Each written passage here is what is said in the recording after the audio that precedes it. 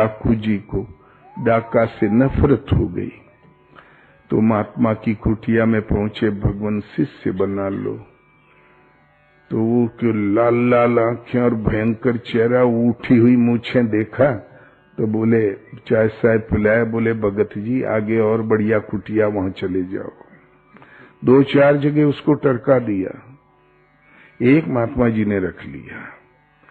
बोले ठीक, एक झंडा पकड़ा दिया, बांस में बांध के काला झंडा, ये ले लो, इस नाम का जाप करो, रात दिन जाप करो, भूख लगे भिक्षा मांग लो और बस भजन करो। जिस दिन ये काला झंडा सफेद हो जाए तुम हमारे पास आ जाना। चल दिया। अब वो रोज झंडा देखा करे, वो क्यों कर सफेद हो करिया। आस्ते आस्ते 1.5 साल बीत गया। एक दिन एक गांव में, गांव से थोड़ा दूर दूर भी कुछ घर बन जाते ना, तो एकांत एक घर था, उसके सामने पेड़ के नीचे अपना आसन लगा के भजन कर रहे थे। रात में उस घर में 4 लोफर पहुंच गए, लुटेरे। उस घर में कोई था ही नहीं, 4 बिटिया थी केवल सयानी।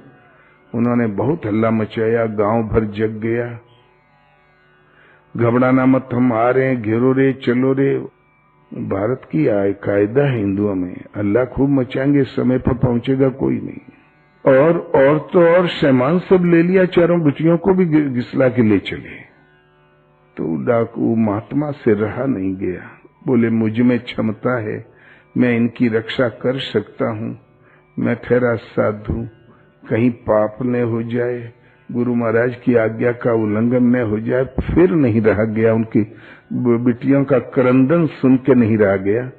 तब बस झंडा तो लपेट लिया, बांस में टूट पड़ा, 4 को सटाक देना, 10 मिनट में मार के गिरा दिया 4 को। वो तो डाकू था ही नहीं, उसका तो धंधा ही था।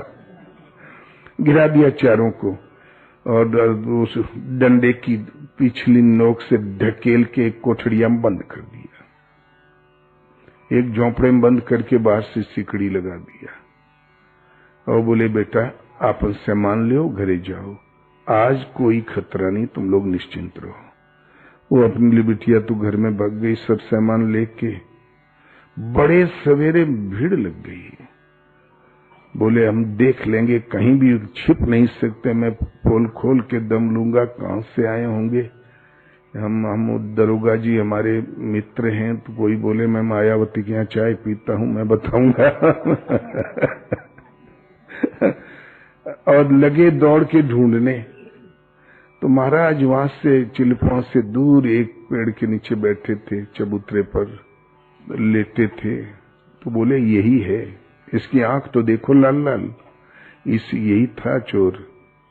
सब घेर के ले गए। तो उन बेटियों ने कहा इन्हीं महात्मा जी ने तो हम लोगों की रक्षा की थी, इन्हीं ने रक्षा की थी। तो बोले तब प्रणाम किया गांव भर ने। बोले महाराज फिर वो कहाँ गए। बोले इस झोंपड़ी में देखो जरा, वो लस्त पस्त पड़े थे, फिर उन्हें भागने की हैसियत नहीं रही। इधर महाराज ने ऊपर झंडे की ओर देखा तो सफेद था। दौड़ते हुए गुरु महाराज के पास पहुंचे। बोले गुरु महाराज देखिए झंडा सफेद हो गया। तो गुरु महाराज ने कहा बेटा मेरे नाम, मेरे मंत्र में, नाम में कितनी शक्ति थी कि काला झंडा सफेद हो गया। बोले नहीं गुरु महाराज, आपके नाम की शक्ति भरे से नहीं सफेद हुआ है, हमें भी बल भर बांस चलाए का पड़ा है। तब सफेद हुआ है। तो गुरु डाल दिहले मुंगड़ा हलल करे चेला। गुरु जो मंत्र दे देता उसको कार्य रूप हमें करना है। गुरु महाराज कहें गुरु कुछ देता नहीं, उस साधक का ही गड़ा हुआ धन बता देता बेटा, वो प्रकाश दिखाई देता, पहुंच जाओ, चलना साधक को ही पड़ता है। तो उसको जो गुरु महाराज के आदेश के अनुसार कार्य में प्रणीत हो जाता है। सबका झंडा काला, अविद्या से आवृत है अंतःकरण। तो जब भी मन मस्तिष्क में कोई लहर उठेगी तो प्रकृति की कालिमा को लेके उठेगी। झंडा काला फहरा रहा है, और लेकिन आदेश का पालन और सतत नाम जप के फल स्वरूप ये मन बुद्धि चित्त अहंकार चतुष्टय अंतःकरण उद्देश्यों के चक्कर में पड़ रहा है। अंतःकरण सिमट के सुरक्षित हो जाता है और देवी संपत्ति का जब प्रवाह आ जाता है वृत्ति में, विद्या से संयुक्त हो जाती यही चित्त वृत्ति आपकी, तो शुभ पारदर्शी कल्याणकारी लहरें उठने लगती है, सफेद झंडा लहराने लगा।